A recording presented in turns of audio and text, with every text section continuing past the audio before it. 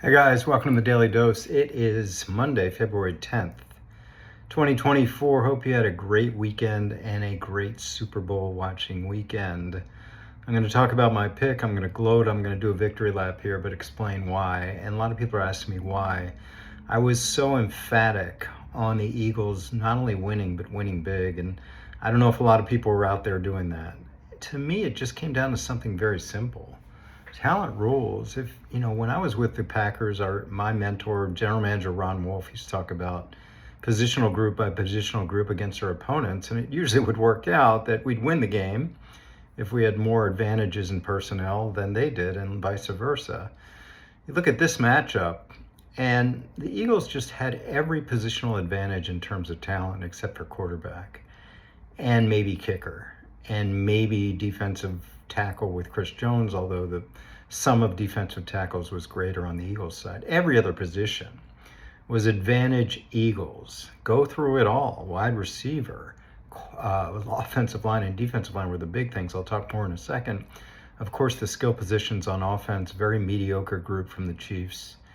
And the real difference, of course, was the offensive line of the Chiefs against the defensive line of the Eagles. The Eagles rushed 4, and Mahomes was under constant pressure running for his life. And I knew that the Chiefs O-line was somehow doing it with smoke and mirrors all year long. I don't know how they won all those games with that offensive line. They had a guard playing tackle. The other tackle was notoriously one of the worst in the league. Anyway, they just sort of relied on the Mahomes magic, and it was going to run out.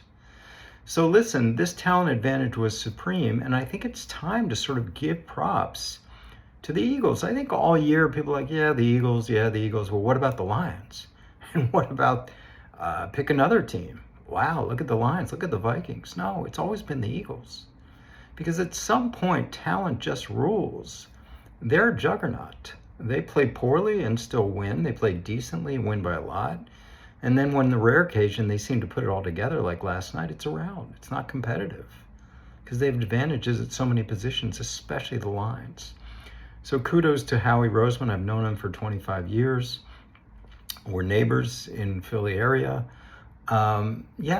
He's put together a juggernaut.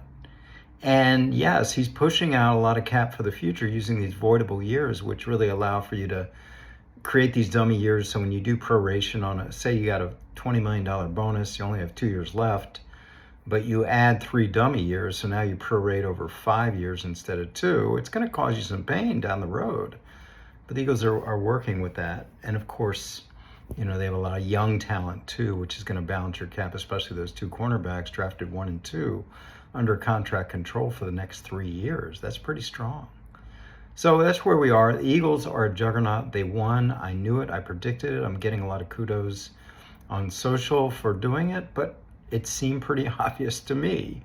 All the camp that sort of fell into the, hey, Mahomes, oh my God, they're going to do it again. They win all these close games. To me, it was just like, what are you seeing that I'm not seeing? What are you seeing about the Chiefs? They're not the team that the Eagles is. And the Eagles' toughest playoff matchups were the Packers and the Rams. The Commanders and Chiefs are a rung below that, just so you know. Okay, that's my explanation of why I picked it and why it worked. Have a great day. I'll talk to you later in the week.